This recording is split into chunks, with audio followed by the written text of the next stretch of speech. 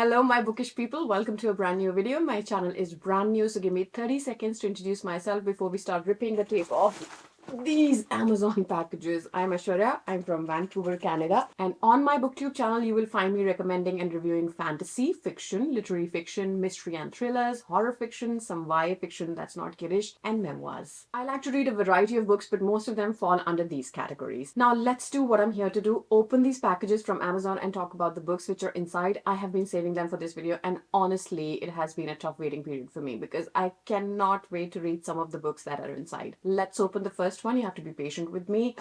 I have a really tiny pair of scissors, so be patient, but I'll try to fast forward those sections where I'm opening the packets so that you don't get annoyed, like how long is she taking to open these packets. So let's open the first one.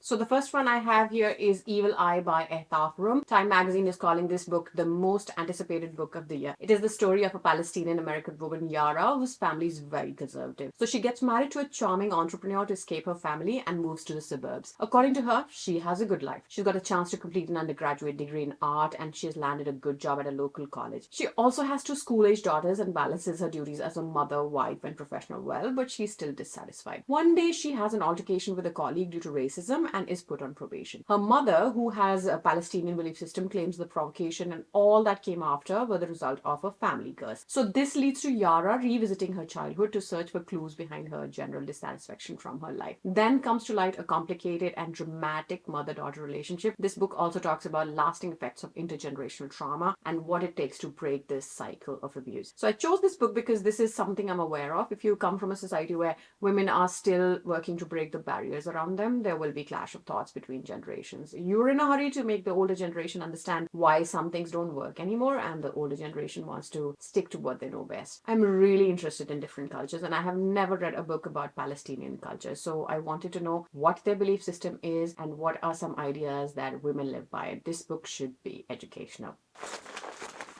Okay, so this package has two books and I'm going to talk about them one by one. A crime mystery and thriller, The Bandit Queens by Parini Shroff. The story of this book seems really fun to me, but I think it has its own serious twists and turns. Geeta is a woman living in a small village in India. One day, her good-for-nothing husband leaves her and walks out the door, never to come back. But the rumor mills in the village start churning that she has murdered her husband. This rumor works well for her in the beginning. No one hits on her. No one messes with her or tries to harass her until other women who are tired of their husband come to her door asking for tips to get rid of their own men. And not all women asking for her advice on how to murder their husband are simple and harmless. This book is said to have clever criminals, humor, and sharp writing, along with a series of events that changed the lives of women in Geeta's village forever. The second book in this packet was Kaikai by Vaishnavi Patel. It's also a part of my Read in Color challenge. I love books around Indian mythology, and I'm planning to do an entire month where I only read Indian mythology books. And this is a book I want to read in that month. Indian mythology books have magic, strong women, both heroines and villains, all elements of low fantasy. Let me give you some background on Kaikai. She was the female villain in the ancient epic, the Ramayana. King Dashrath of Kosala has 3 queens and all of them have sons. Kaikai was his youngest queen and had a son named Bharat. King Dashrath makes her a promise that he would grant her a wish in the future when she saves his life in a battle. When time arrives for Dashrath's eldest son Ram to ascend to the throne, Kaikai asks Dashrath to send him into exile for 14 years as she wants her son Bharat to ascend to the throne. In this book, Vaishnavi Patel reimagines Kaikai's story. She portrays Kaikai as a powerful and brave woman and not only as a jealous queen who manipulated her husband to fulfill her own wishes. Kaikai builds her own destiny and emerges powerful in a world where women didn't have the power to rule or the status to be remembered in the society. Every negative character in Indian mythology is multi-dimensional. There are backstories to them. There are perspectives. There is more than one way to look at them, just like Ravana. Kaikai also has a backstory that most of us do not know. So looking forward to reading this.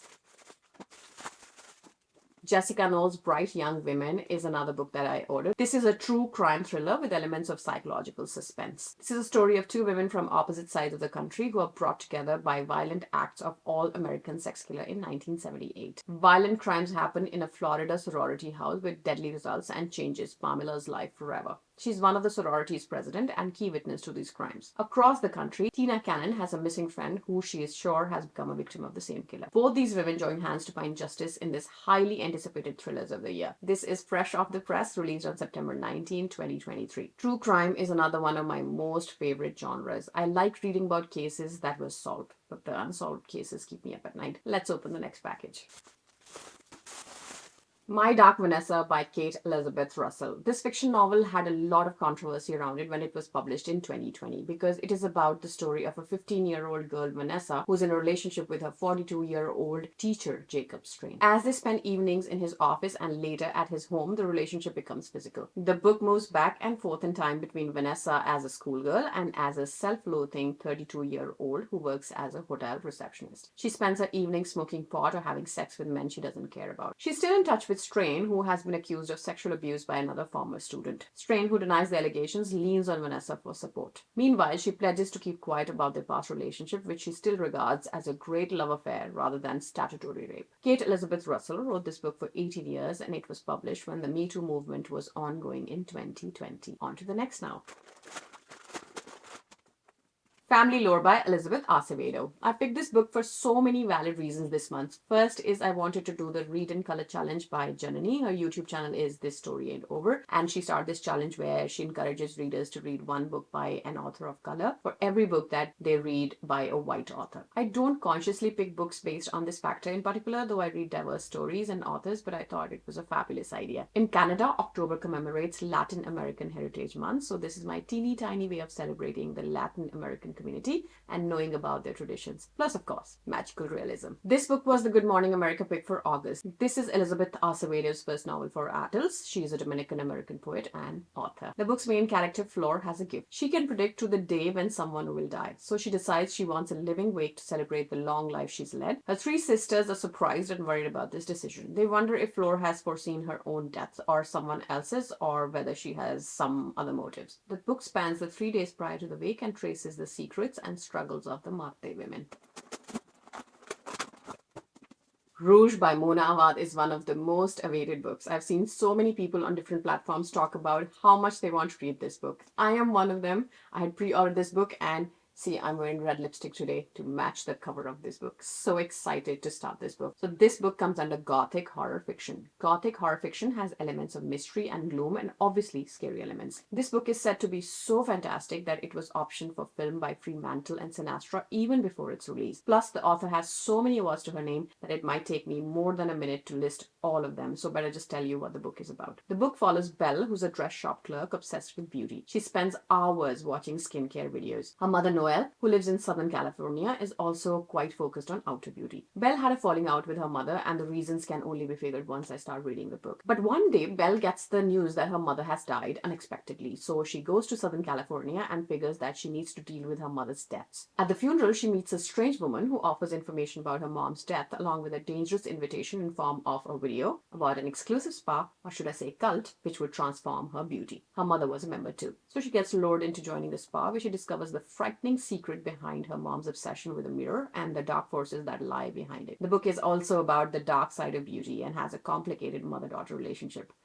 Another one of those. Why are there so many books on mom and daughters not getting along? There is that message too about how as a society we are obsessed with beauty and what's on the outside. I think that's an important message in these times. So this book doesn't seem to have a fairy tale feel to it. Doesn't it remind you of Snow White? Mirror, mirror on the wall, who's the fairest of them all? This book promises everything that I love in a book. Fantasy, mystery, horror. No wonder I'm so drawn to it. Look at the cover. Monochrome colors, classic red and black. I will read it and let you know how it went.